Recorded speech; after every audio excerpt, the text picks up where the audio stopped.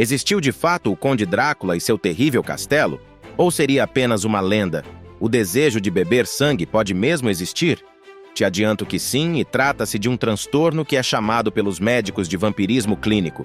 Primeiramente, vamos entender o que é o vampirismo clínico? O termo clínico em medicina significa o estudo da doença por meio da observação direta da pessoa doente. Portanto, o vampirismo clínico é um distúrbio psicológico relacionado a uma obsessão por sangue. Esse distúrbio é raro e ainda há poucos estudos científicos sobre ele. Os portadores do vampirismo clínico podem apresentar sintomas de uma necessidade incontrolável de ingerir sangue. Essas pessoas podem até se ferir para ingerir o próprio sangue e pode até mesmo haver o desejo de beber o sangue de outras pessoas. Sem sombra de dúvidas, o personagem Conde Drácula foi um dos mais marcantes da história do cinema e da literatura. Esse personagem foi desenvolvido pelo escritor irlandês Bram Stoker. Esse romance de Bram Stoker foi publicado em 1897. Bram Stoker foi considerado um dos mais importantes escritores de literatura gótica da era vitoriana. Para escrever Drácula, Bram Stoker estudou muito as lendas e histórias populares do leste europeu. Essas lendas, além de falar sobre vampiros e seres sobrenaturais, também abordou um personagem real. Seu nome era Vlad III, que viveu de 1431 até 1476.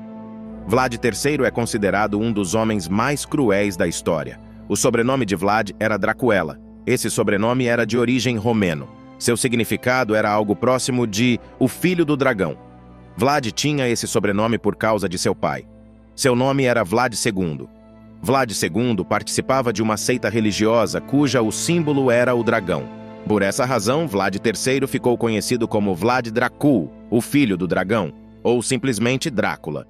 Vlad III e os seus antepassados estiveram em guerra contra os povos vizinhos, principalmente contra os húngaros e contra os otomanos. Vlad III era príncipe e reinou sobre uma região específica da Romênia. Essa região era chamada de Valáquia. Enquanto esteve no poder, os inimigos das outras nações que eram capturados em guerra sofriam torturas e mortes de extrema crueldade. Segundo alguns livros que relatam como teria sido a vida de Vlad III, os corpos dos inimigos eram mutilados e decapitados, e até mesmo empalados. O procedimento de empalar significa atravessar uma estaca de madeira no corpo vivo da pessoa. A morte dos inimigos era lenta, dolorosa e agonizante. Há algumas lendas que contam como Vlad III eliminou os seus inimigos políticos.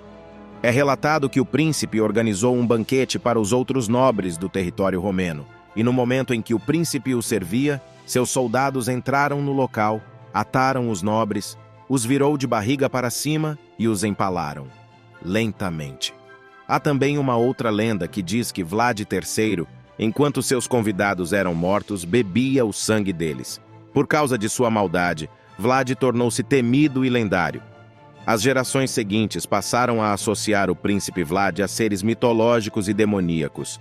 Algumas curiosidades interessantes são: o termo vampiro foi associado a Vlad, por causa que suas vítimas que sofriam o empalamento sempre tinham o seu sangue drenado por meio de suas feridas expostas. O reino de Vlad se chamava Valáquia. A Valáquia ficava entre o reino da Hungria e o Império Otomano. Segundo historiadores, Vlad tinha problemas psicológicos graves. Empalar suas vítimas era uma forma de colocar medo em potenciais invasores. Vlad temia os inimigos turcos. Ele enviou seu exército para expulsar seus inimigos de suas terras. Vlad ordenou que seu exército colocasse fogo nas aldeias de seu próprio povo e que envenenassem os poços, pois assim os turcos não teriam onde descansar e nem onde beber água. Por conta disso, pessoas comuns governadas por ele também morreram. Vlad morreu em uma invasão turca em seu castelo. Ele foi capturado e decapitado. Curtiu a história do Drácula da vida real? Não quer perder nada? Inscreva-se no canal, capricha no like. Traremos muito mais histórias contadas ao longo dos séculos. Postaremos vídeos novos todos os domingos ao meio-dia.